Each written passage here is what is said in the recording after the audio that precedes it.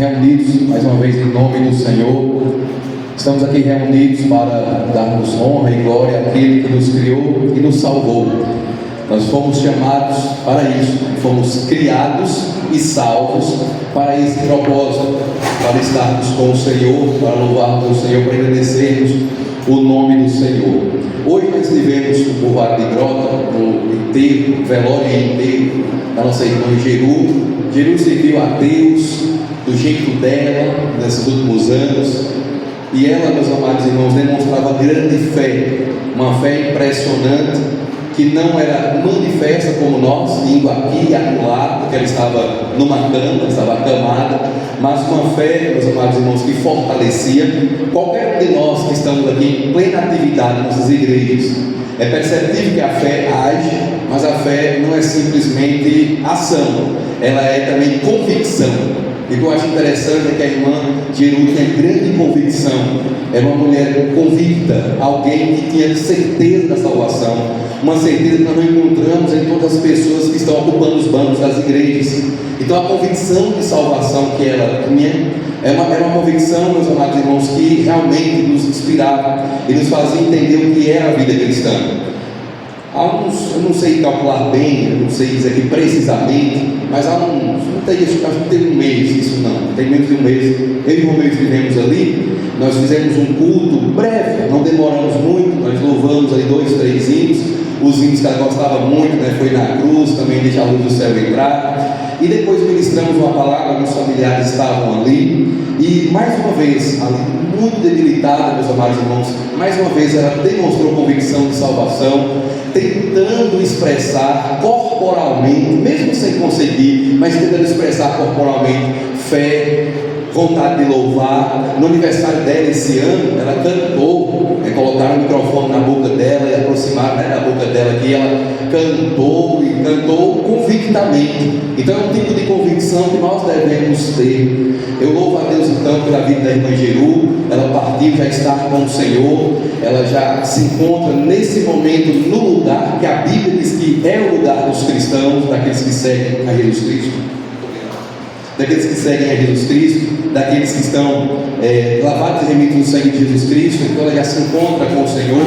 O corpo dela foi colocado no cemitério, como nós todos assim também seremos, mas a Bíblia nos diz que há uma realidade além do corpo, além do pó, que é o Espírito, e o Espírito dela voltou para Deus, não só no sentido de que Deus recolheu o Espírito para ele, mas o Espírito dela voltou para Deus no sentido de que ela está com o Senhor, a quem ela serviu nos últimos anos da vida dela. A irmã Geru, portanto, se constitui um grande exemplo de fé para mim e para você. E como eu disse no início da minha fala, a fé sim é uma fé ativa, nós temos que agir demonstrando os frutos da fé, mas antes de ação, a fé é convicção. E a irmã Geru, mesmo sem poder ir para o evangelismo conosco, sem poder vir aqui aos domingos e às quartas, demonstrava convicção, coisa que nós muitas vezes não temos, né? Nós temos ação, mas poucos têm convicção e ação, e ela tinha convicção, meus amados irmãos. Então nós louvamos a Deus pela vida dela, se constitui, como eu já disse aqui, num bom testemunho, e que Deus nos ajude a seguirmos o exemplo dela, a andarmos nas mesmas pisadas de fé que ela andou, para que assim possamos também, na última hora, cantar como ela cantou, no último culto que ela pôde participar, nós possamos cantar, deixa a luz do céu entrar, que possamos cantar juntamente com Deus e os anjos, né? Quando eu falo juntamente com Deus, é na presença de Deus, juntamente com os anjos diante do Senhor, lá no céu. Então eu convido você para abrir sua Bíblia em Eclesiastes capítulo 12, que foi um dos textos que eu vi hoje no painel do Pavi, estava ali no velório. Havia 2 textos, um deles era esse, Eclesiastes 12, versículo 7. E eu quero meditar com vocês, por favor, em Eclesiastes capítulo 12, versículo 7.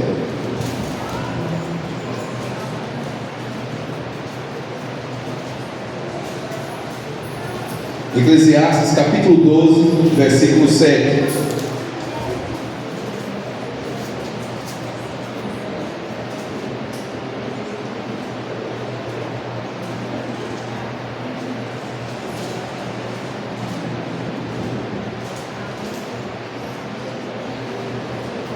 Eclesiastes capítulo 12, versículo 7. 7.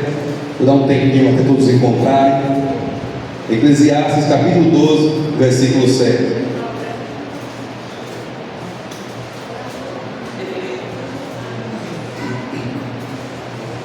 Eclesiastes capítulo 12, versículo 7. Eclesiastes 12, 7. E o pó volte à terra de onde veio, e o espírito volte a Deus que o deu. Amém.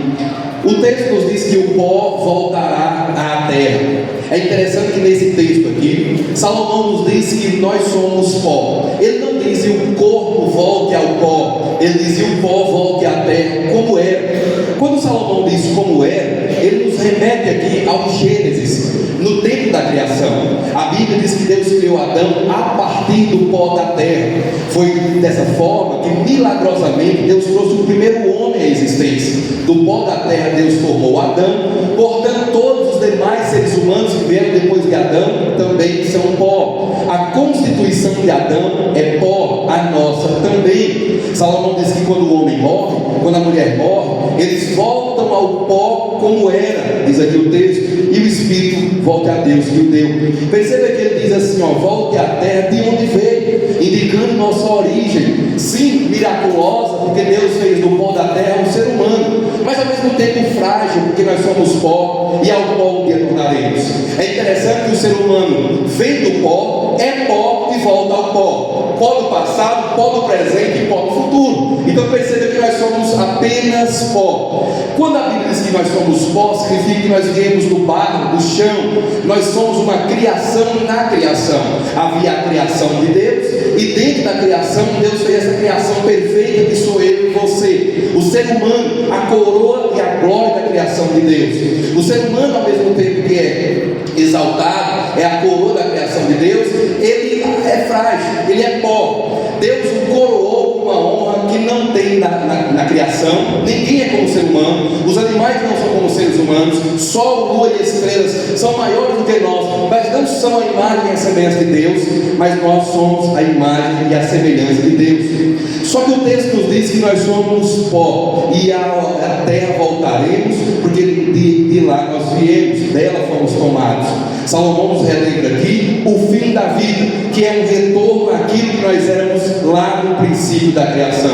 Por causa da entrada do pecado no mundo, nós então tivemos que retornar ao pó. Nós não deveríamos retornar ao pó. Pó nós somos, mas nós deveríamos ser eternos. A Bíblia diz que Deus nos criou com capacidade de eternidade. Adão e Eva desconheciam funerais, velórios, enterros, cemitérios. Adão e Eva não viviam com essa realidade, porque eles não tinham pecado, portanto não havia morte. Mas a partir do momento que o pecado entrou no mundo, aí sim, a morte também veio junto. Por isso que Paulo diz em Romanos capítulo 5, versículo 12, que a morte entrou no mundo por causa de um só homem, e ela passou a todos nós, porque todos nós pecamos. Perceba, Adão pecou e o pecado entrou no mundo, e com o pecado a morte. Mas o pecado não ficou só com ele. O pecado e a morte passaram a todos nós.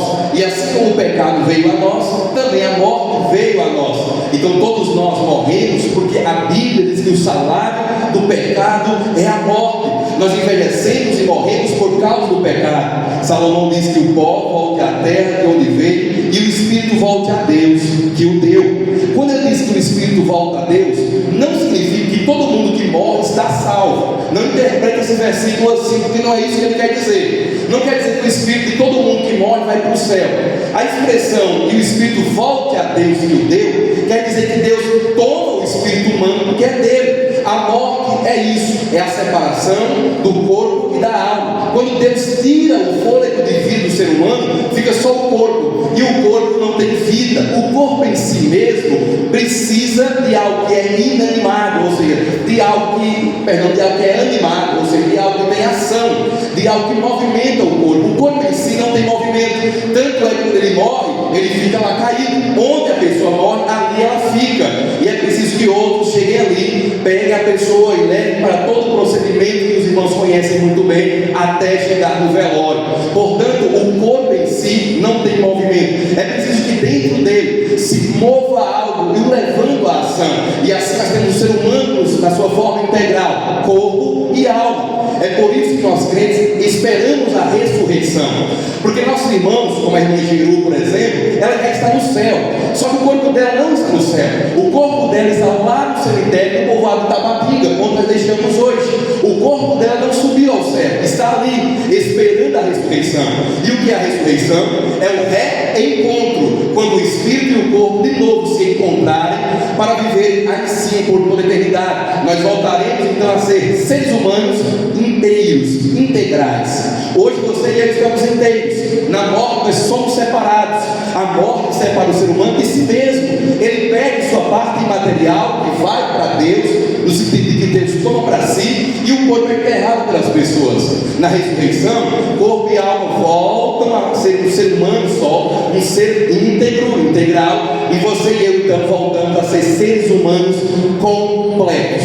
Portanto, meus amados irmãos, a expressão o Espírito volte a Deus, que o deu, significa que Deus é o dono da vida, Ele é o autor da vida. Ele não apenas nos fez do pó da terra, como Ele colocou dentro de mim e de você a vida. E no momento que Deus quer, Ele toma a vida de novo para Ele, porque Ele é o dono da vida.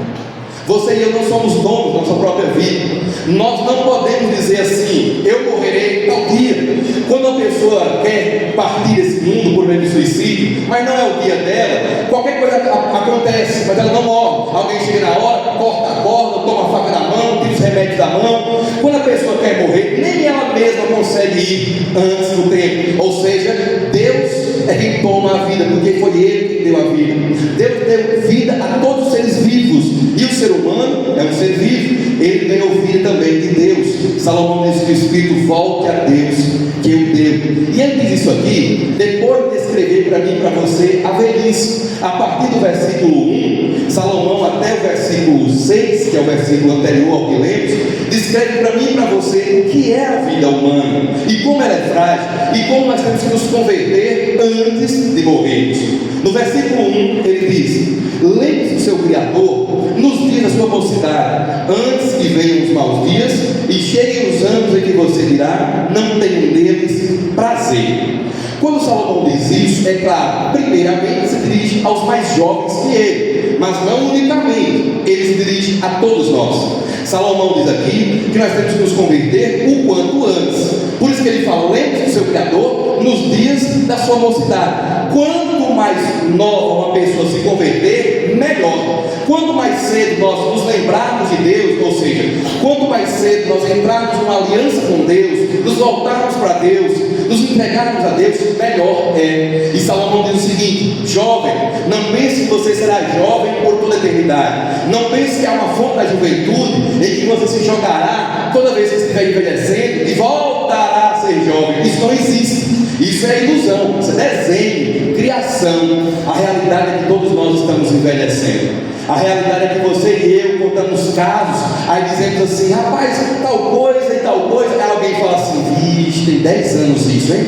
Aí você toma um susto e fala: não, tem 10 anos não. Aí começa a contar nos dedos. E não é que tem 10 anos mesmo? E não é que 10 anos se passaram? E não é que você está 10 anos mais velho desde aquele acontecimento? Nós estamos envelhecendo. O pecado trouxe não só separação de Deus, mas também uma separação do ser humano para com o próprio ser humano. Nós não nos reconhecemos. Olhamos no espelho e nosso rosto muda a cada tempo. Os cabelos caem, as partes do corpo também vão caindo, e nós vamos perceber que não dá mais para pular como pulávamos antes. Não temos mais o vigor que antes. Inventamos de fazer a mesma coisa que fazíamos há 10 anos, só que nós fazíamos algo e não cansávamos.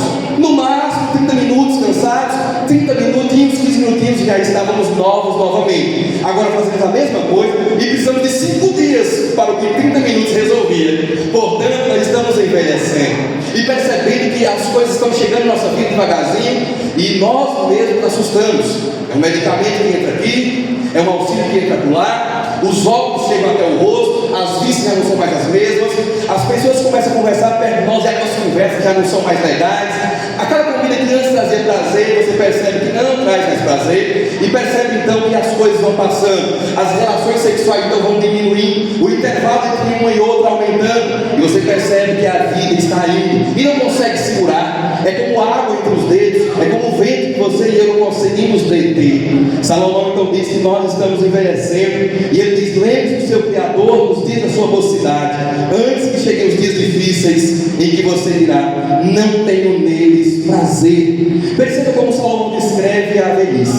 Ele diz assim: são dias que você dirá: não tenho neles prazer. Por isso que ele diz: lembre-se do seu Criador antes que venham esses dias. E a partir do versículo 2, então ele escreve, dizendo: lembre-se do Criador antes que se escureçam o sol, a lua e as estrelas, e as nuvens voltem depois da chuva. Salomão diz aqui agora que a velhice é como aquele dia que está chovendo. O dia está fechado, o céu é do céu, e algumas pessoas dizem assim: o céu hoje está feio. De repente abre um pouco, daqui a pouco fecha de novo, cai uma chuva forte, abre o tempo, daqui a pouco fecha o tempo de novo, cai mais chuva. Salomão diz que a velhice é assim. Ela é um período que não tem muita trégua entre um momento bom e outro. Salomão diz que os momentos bons da velhice são pouquíssimos, como aquele solzinho que abre em dia de chuva. Abre o tempo, o sol aparece, mas rapidamente o sol some, porque as nuvens carregadas de chuva aparecem logo logo. A velhice carregada de sofrimentos. É um problema com o filho ou com o neto, pronto, resolveu. Agora é um problema com a pressão alta, pronto, toma um medicamento. Aparece um problema de diabetes, ok, toma um medicamento. Agora é um problema de esquecimento, ok, faz umas terapias aí, volta a ter uma boa memória, mas não tanto, esquecimento de novo. Daqui a pouco um problema com a aposentadoria, te chamam no INSS ameaçando cortar a tua aposentadoria, e assim o idoso e a idosa tem um problema após o outro, um problema após o outro, um problema após o outro, um problema após o outro. Os únicos momentinhos que descansam é como aquele sol em dia de chuva que aparece, todo mundo se alegra, abriu um pouquinho de chuva, corre e bota as roupas no varal, as nuvens vêm,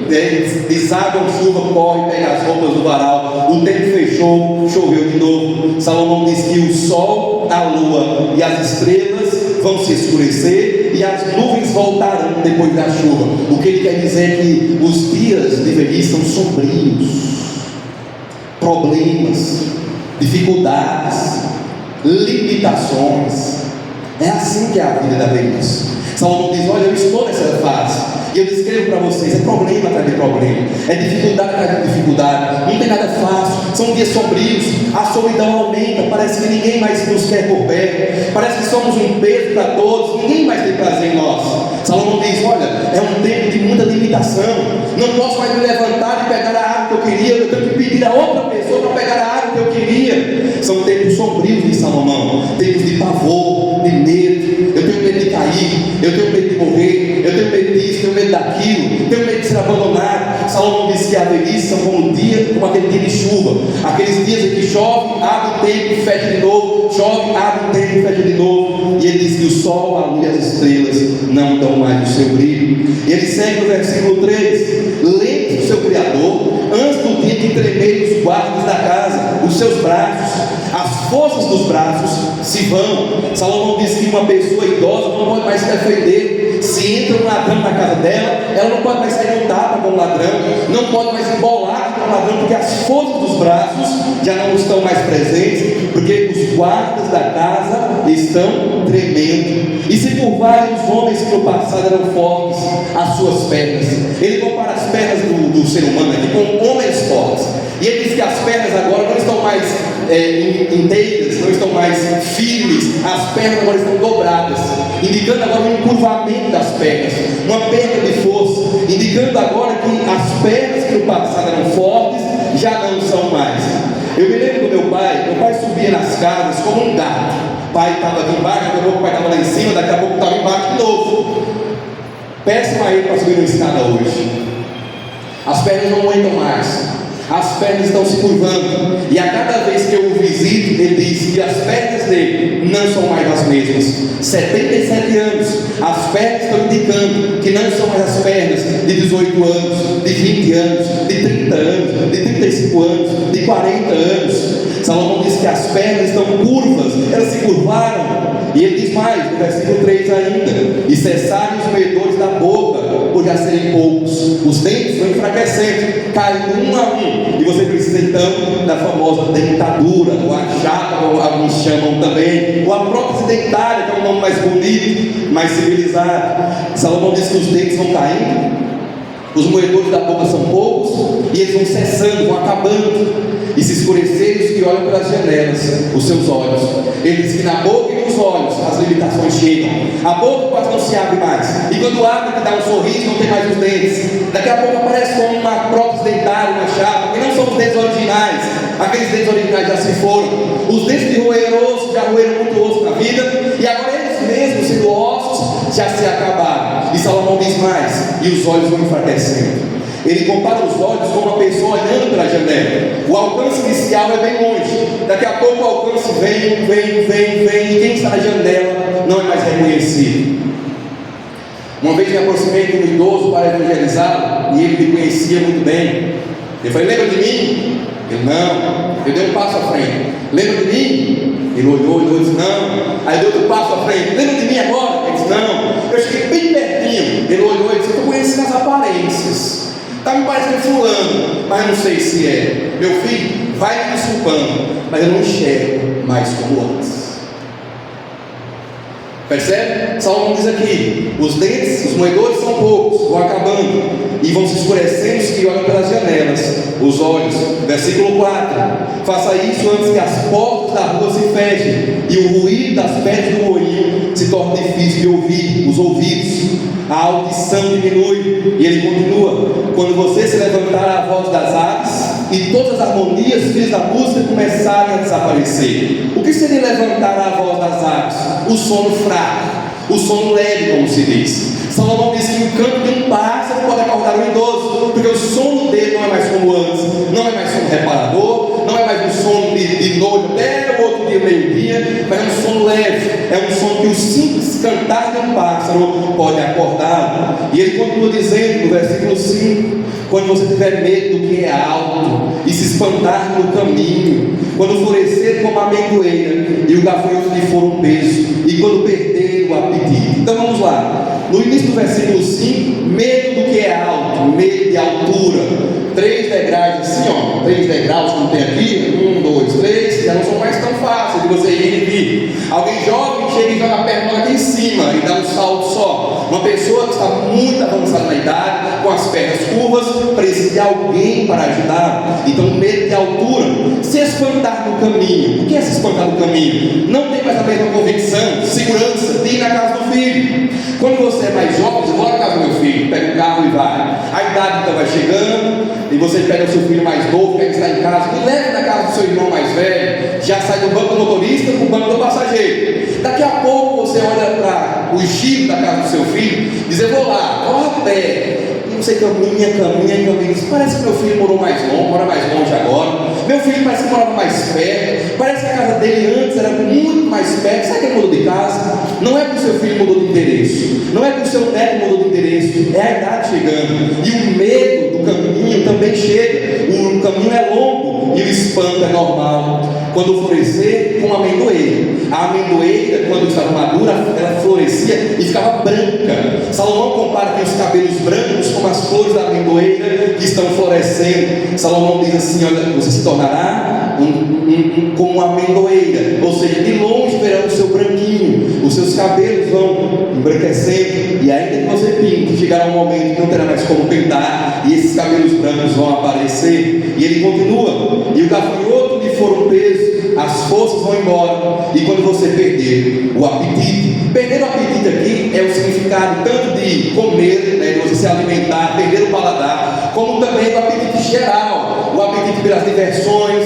o entretenimento e o próprio sexo. Salomão diz aqui que o prazer do sexo, o prazer de ir num rio, por exemplo, num lugar bonito, e o prazer de comer boa comida desaparecem. Um certo dia nós chamamos o pai para ir no rio, e o pai disse: para quê? Vou fazer o que no rio? Eu não tenho mais graça para nada. Eu falei: fica aí, então é melhor ficar aí. Então eu pensei: um rio, nós queremos ir no rio. Quando alguém vai no rio e não nos chama, nós falamos: ô, velho, nem me chamou para ir no rio. Quando nós vontade de ir no rio, nem me chamou. Quando você olha a foto de alguém no rio, você pode pensar: vai por ir no rio. Não sou muito de sair não, mas o canto das águas caía bem, né? Um lugarzinho com muita natureza, um bom banho, ficar ali tranquilo banhando.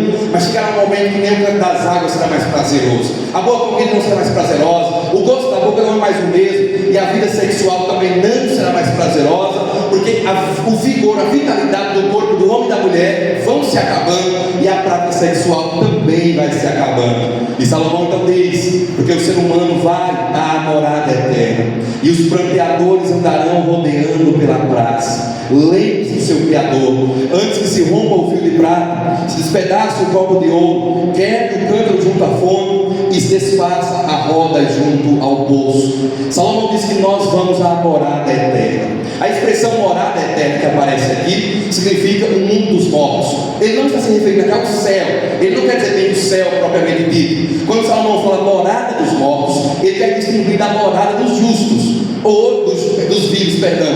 Hoje nós vivos temos nossas casas, nós estamos morando no mundo, no planeta Terra, estamos no mundo, no Brasil, na Bahia e em Itaguaçu. Mas um dia nós sairemos desse endereço e iremos para outro endereço, iremos para o mundo dos mortos. Nós nos depararemos com o que tem do outro lado da morte, que é um mistério inclusive. Ninguém voltou do mundo dos mortos até agora para contar como é a passagem. Os irmãos acreditam que às vezes eu penso nisso? Como é que deve ser assim os últimos segundos de vida? O que é a morte? Porque nós falamos da morte hoje, mas nunca morremos. Nós não sabemos o que é a morte. A morte para nós é descritiva e não experiencial. Ninguém aqui experimentou a morte. Nós apenas falamos da morte, escrevemos a morte. Mas imagine como deve ser os últimos segundos de vida. Como deve ser o seu espírito saindo e você sentir que o espírito está saindo e você partindo para um mundo que nunca foi. Imagine. Eu não tinha ido em São Paulo ainda, em 2016. A primeira igreja batista em Chique me deu um presente. Ela me enviou para a Conferência Fiel, uma das conferências mais desejadas pelos pastores reformados do país. A Conferência Fiel acontece em Águas de Lindóia, interior de São Paulo, e é uma semana de palestras com Augusto Nicodemos, Franklin Ferreira, o pessoal aí da boa teologia. E quando me disseram que eu ia, eu fiquei muito animado, nunca tinha ido em São Paulo, e a primeira vez que eu ia no estado de São Paulo, ainda ia para a Conferência Fiel para pastores e líderes. Mais de 2.000 pastores e líderes reunidos no Pentágono, no Hotel Majestic, para ouvirmos boas pregações, instruções, comprarmos bons livros e conversarmos diretamente com os autores dos livros. Tirei muita foto nesse tempo com o pessoal da boa teologia, e eu fiquei com muito desejo de ir, mas ao mesmo tempo, aquela ansiedade, nunca saí daqui do interiorzão para tão longe assim. Será como é? E me disseram que eu voltaria de avião. Nunca entrei no avião. O avião mais próximo que eu vi, eu tinha 7 anos, passava por cima da casa onde eu estava lá em Salvador. Foi o mais próximo que cheguei no avião. Portanto, o desconhecido para mim me atraía, porque eu nunca tinha ido, mas ao mesmo tempo me causava um certo medo. Não um medo de pavor, de ansiedade, de tomar remédio controlado, não é isso. Mas no sentido de ansiedade, de você olhar e pensar assim: é a minha primeira vez, eu nunca fui. Será como é? Ninguém morreu. Nem os que estão aqui morreram. Então a morte para nós é um desconhecido. Nós nunca fomos para o lado de lá, nós estamos do lado de cá. Hoje nós levamos o corpo da nossa irmã que foi para o lado de lá, mas nós ainda estamos do lado de cá. Só que Salomão disse que nós também vamos para o lado de lá.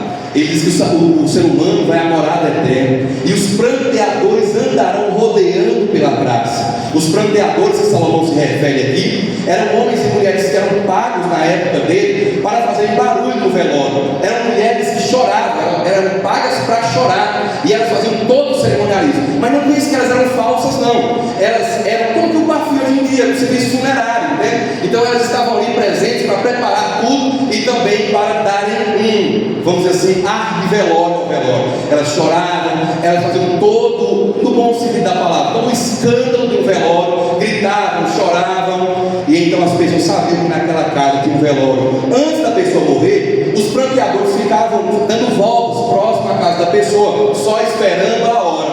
Quando o parente chegava na porta e acenava, os pranteadores entendiam: a pessoa morreu. Então os pranteadores entravam na casa e faziam todo o serviço de cortejo, de funerária e tudo mais. Salomão diz aqui que nós estamos com os pranteadores nos rodeando. O que Salomão quer dizer é: a qualquer hora nossa história vira funerária. Os seres humanos vão à morada eterna. E Salomão, então, para terminar, usa várias figuras de linguagem para mostrar a fragilidade da vida. Versículo 6: antes que se rompa o fio de prata. Olha o que é a vida: um fio e se despedace o copo de ouro, despedaçar o copo, cair e quebrar, e se quebre o cântaro junto à fonte, o cântaro era como um pote mais ou menos, e se desfaça a roda junto ao poço, desfazer, quebrar, despedaçar e romper. Linguagem de fragilidade, indicando que você e eu somos assim. Hoje estamos aqui, amanhã não mais. Hoje existimos, amanhã somos lembrança. Hoje tiramos fotos, pegando aqui no ombro, na cintura, se for a esposa, se for o marido. Amanhã nós somos uma foto, numa lápide ou numa camisa. Eu e você estamos hoje aqui, amanhã somos apenas saudade. Por isso Salomão diz: se lembre do seu Criador antes que você morra, antes que o pó volte à terra de onde veio e o Espírito volte a Deus que o deu. E ele conclui no versículo 13, dizendo: de tudo que se ouviu, a conclusão é: tema a Deus e guarde os seus mandamentos, porque isso é o dever de cada pessoa. O nosso dever, meus amados irmãos, é temermos a Deus e obedecermos aos mandamentos dele enquanto nós estamos vivos. Nós um dia partiremos desse mundo, mas antes de partirmos desse mundo, nós precisamos nos converter, precisamos do perdão dos nossos pecados, para que tenhamos convicção, certeza para onde vamos. Nós vamos à morada dos mortos, nós vamos para a morada eterna. Só que na morada eterna tem dois cômodos: tem o cômodo da salvação e tem o cômodo da perdição. Para qual desses cômodos nós vamos? O mundo dos mortos é um só. Todo mundo que morreu, crente ou não, está no mundo dos mortos. Só que lá do outro lado, apesar de não ter nos ido, a Bíblia descreve para mim e para você que tem uma separação, que há uma dupla realidade. Há uma realidade com Deus, em que nós desfrutamos da presença dele com mais intensidade do que desfrutamos aqui na terra, e há uma realidade de uma ausência de Deus, de um afastamento de Deus, em que as pessoas se afastarão de Deus mais do que já estão afastadas aqui no mundo. As pessoas estão afastadas de Deus, estão vivas, mas podem se converter e se reaproximar de Deus. Na condenação não. Na condenação as pessoas não poderão se converter, não poderão se reaproximar de Deus. Enquanto eu e você estamos vivos, façamos o que está escrito no versículo 13: temamos a Deus, obedeçamos aos seus mandamentos. Esse é o dever de todos nós. Dever aqui quer dizer o que temos que fazer, o que fomos criados para fazer. Você e eu não fomos criados para o pecado, você e eu não fomos criados para os prazeres mundanos, nós fomos criados por Deus e para Deus. E você e eu devemos nos voltar para Deus enquanto estamos vivos. Você que é jovem, melhor ainda. Todos nós, antes da morte, somos jovens. Enquanto você não morrer, você e eu somos jovens ainda. Mas o jovem que Salomão coloca no versículo 1 é o jovem mesmo de mocidade, aquele que está na casa entre os 10, 20, 15 anos, 18 anos, 25 anos. Salomão diz: jovem, você está no começo da sua vida, se converta, entregue a tua vida a Jesus. Então perceba, a Bíblia nos chama a nos convertermos o mais breve que nós pudermos, o mais cedo que você e eu pudermos. Quanto mais cedo a pessoa se converter, melhor, porque assim ela se preparará para dois grandes eventos da vida dela: o envelhecimento e a morte. Você e eu temos que nos preparar para o envelhecimento e para a morte. Qual é a melhor forma de se preparar para o envelhecimento e a morte? É se convertendo enquanto você e eu não chegamos ainda na morte, enquanto não morremos, enquanto estamos vivos ainda. Salomão diz que é temendo a Deus e obedecendo aos seus mandamentos. Versículo 14: porque Deus há de trazer a juízo todas as coisas, até as que estão escondidas, sejam elas boas, sejam elas más. Um dia nós prestaremos contas a Deus, contas dessa vida que você e eu estamos vivendo hoje. Enquanto estamos vivos, tenhamos responsabilidade de agradarmos a Deus com a vida. Um dia Deus nos pedirá contas da nossa vida. Deus um dia julgará nossas obras, boas e ruins, e Ele mostrará o que nós fizemos, se realmente foi da vontade dEle ou não. Enquanto estamos vivos, nos preparemos para esses três grandes eventos: o envelhecimento, a morte e o juízo de Deus. Que você e eu nos preparemos enquanto é tempo, que você e eu nos convertamos enquanto ainda há possibilidade, que você e eu não acreditemos que existe vida ou salvação depois da morte, porque não há. A vida após a morte, salvação não. É impossível alguém se salvar depois da morte. Nós só podemos obter salvação em vida, só podemos obter salvação enquanto estamos vivos. E como é que alguém obtém salvação? A Bíblia diz: crê no Senhor Jesus e serás salvo. Portanto, aqui está o resumo do Evangelho: que você e eu creiamos em Jesus Cristo enquanto estamos vivos, que sigamos a Ele enquanto nós podemos, que busquemos ao Senhor enquanto temos a oportunidade, que façamos a obra de Deus enquanto nos é permitido ainda, enquanto podemos ir e vir, enquanto podemos falar, que nós possamos viver de uma forma que honre e glorifique a Deus, porque estamos envelhecendo, fazendo a obra de Deus ou não, sendo rico ou pobre, solteiro ou casado, nós estamos envelhecendo. Por isso é importante que você e eu pensemos: o que eu estou fazendo com a minha vida? Como eu estou me preparando para voltar ao pó de onde eu fui tomado? Como eu estou me preparando para a velhice, para os anos em que Salomão disse que não tem prazer? Como eu estou me preparando para o dia do juízo final? Como eu estou me preparando para me apresentar diante do juízo de Deus, que a Bíblia diz que julgará as obras boas e ruins? Que você e eu então criamos em Jesus Cristo enquanto podemos, que nós nos convertamos enquanto é tempo, porque após a morte, segundo a Bíblia, segue-se apenas o juízo. Amém. Vamos orar? Nosso Deus e Pai Todo-Poderoso, nesse momento, ó Deus querido e amado, nós louvamos a Ti pela Tua bondade. Obrigado, ó Deus, porque mais uma vez o Senhor nos abriu os olhos para a realidade do mundo espiritual e eterno. Mais uma vez o Senhor nos mostrou que devemos nos converter enquanto há tempo, enquanto podemos.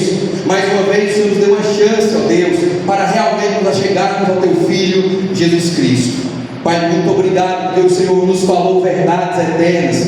Não ouvimos isso aqui, ó Deus, na televisão, não ouvimos nas conversas do dia a dia, não ouvimos nos mercados, na feira livre, ouvimos somente diante da exposição da Tua Palavra.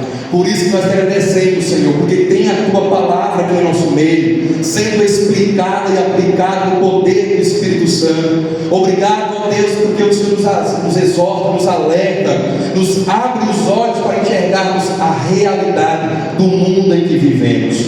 Ó Deus querido, pedimos ao Senhor que todos nós nos convertamos verdadeiramente a Ti, que o Teu Espírito Santo, ó Deus, nos transforme, nos dê um novo coração, e que nós possamos, ó Deus, ao chegar a hora da morte, termos convicção de salvação, e quando a morte vier nos buscar, que nós possamos partir para o desconhecido, sabendo que conhecemos o Senhor.